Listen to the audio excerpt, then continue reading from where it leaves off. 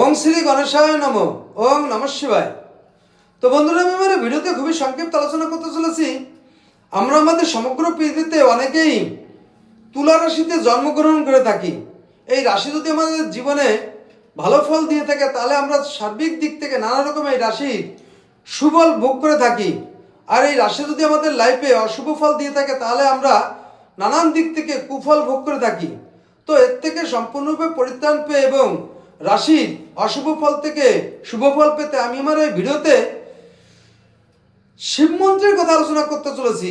যদি কোনো ব্যক্তি প্রতিনিয়ত ঘুমের থেকে উঠে হাত মুখ ধুয়ে ফ্রেশ হয়ে অথবা স্নানের পরে উত্তরমুখী বা পূর্বমুখী বসে রুদ্রাক্ষমালায় বা করগুনে এই মন্ত্রটিকে প্রতিনিয়ত 108 বার পাঠ করতে পারে বা জপ করতে পারে, তাহলে 100% ওই ব্যক্তি সম্পূর্ণরূপে রাশির অশুভ ফল থেকে শুভ ফল পেতে পারে এবং লাইফের রাশির সুখ সঞ্চন্দ্র লাভ করতে পারে। তো বন্ধুরা, সেই মন্ত্রটি হলো ওম উমা মহেশ্বরায় নমঃ। তো বন্ধুরা, তুলা রাশির সেই শিব মন্ত্র আবার বলছি, ওম উমা মহেশ্বরায় নমঃ। তো বন্ধুরা, এই ছিল আমার এই ভিডিওর মূল সংক্ষিপ্ত আলোচনা। নমস্কার।